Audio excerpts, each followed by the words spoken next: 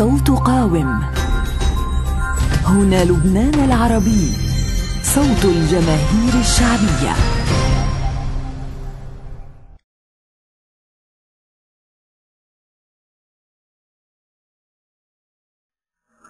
طبعا اولا بالنسبه للجولات الخارجيه، هذه الجولات التي قام بها رئيس الحكومه تصنيف الاعمال ومعه وفد وزاري، يعني طبعا يعني الواضح ان هذه الزيارات تقتصر فقط على ما نسميه نحن مجازا بالمساعدات للنازحين السوريين، لكنها في الحقيقه هي جولات تسول بكل ما لكلمه من معنى، لان هذا الملف اصبح ملفا خطيرا يشكل هبئا اقتصاديا كبيرا على الدوله اللبنانيه، بعد ان نكثت الكثير من الدول الوعود التي قطعتها بشان معالجه هذا الملف، مما ضاق زرعا ببعض المسؤولين اللبنانيين، وخصوصا ان هناك الكثير ممن حذروا من هذا الملف وتداعياته على المستوى الاقتصادي وعلى المستوى الاجتماعي وعلى المستوى الامني.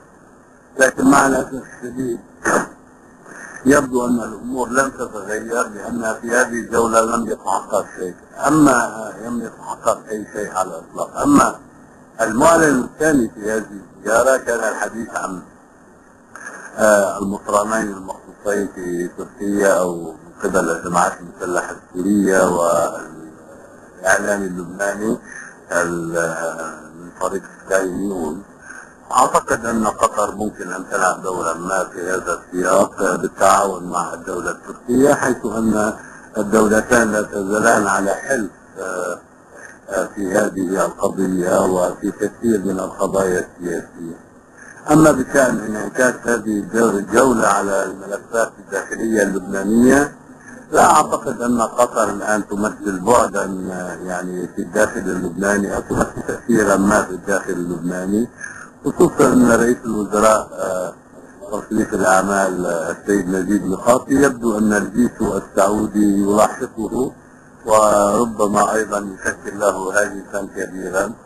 السعوديه هي من يقرر في الداخل اللبناني عبر حلفها يعني المكون من قوى 14 اذار، وبالتالي ان اي تحرك بعيدا عن المملكه العربيه السعوديه لن يشكل بالتأكيد أي انفراج على المستوى السياسي اللبناني أو على المستوى الأمني، يعني من جهة ما. أما من حيث يعني التشعبات للملفات الأمنية المتفجرة في لبنان، هذا يتطلب يعني الكثير من الجهود والكثير من التضامن والتنسيق بين الأجهزة الأمنية اللبنانية، وهذا الأمر يعني بتنا يعني نطالب به ليل نهار ومنذ زمن بعيد، لكن مع الاسف الشديد يبدو ان هناك جهات تمارس تخطيط معينه في هذا السياق، وهذا التنسيق لم يصل بعد الى المستوى المطلوب.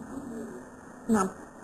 بالانتقال لطرابلس، يعني عم يتاكد كل مره انه هناك من يتعمد افشال الخطه الامنيه في طرابلس، يعني خاصة بعدما شهدت المدينة أمس حوادث إطلاق نار على مدنيين أبرياء. يعني من هو المسؤول المباشر عن تعمد إفشال الخطة الأمنية في طرابلس اليوم؟ يعني هناك تقاطعات ما بين الداخل وبين الخارج بالنسبة لما يحصل في طرابلس، لم يعد سرا يعني هذا الأمر، وهذه الاتفاقات طبعا المعنونة بين قوسين ضد اهالي منطقه معينه بعينها في طرابلس، ربما اذا يعني استمرت وتيرتها على هذه الحال ربما ترتجل الامور الى ما هو اسوأ بكثير مما يتصوره البعض، خصوصا ان هذا الامر يعني اصبح يعني يحدث علنا ودون اي خجل،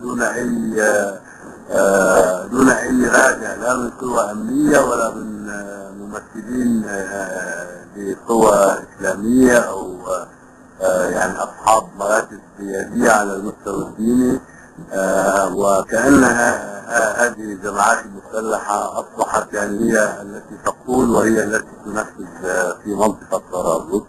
هذا ايضا يعني سؤال كبير، من الذي له مصلحه في ان تستمر الاوضاع على ما هي عليه في طرابلس، ولمصلحه من؟ ولأي أهداف؟ يعني هل المطلوب فرز الناس في لبنان على أساس مذهبي أو على أساس طائفي. هذا المطلوب أن يعني تنتج معارك طائفية ومذهبية.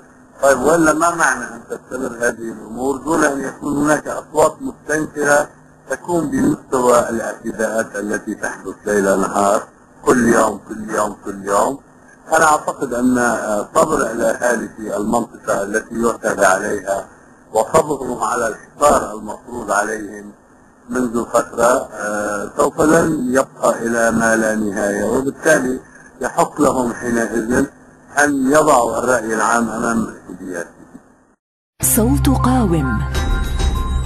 هنا لبنان العربي، صوت الجماهير الشعبية.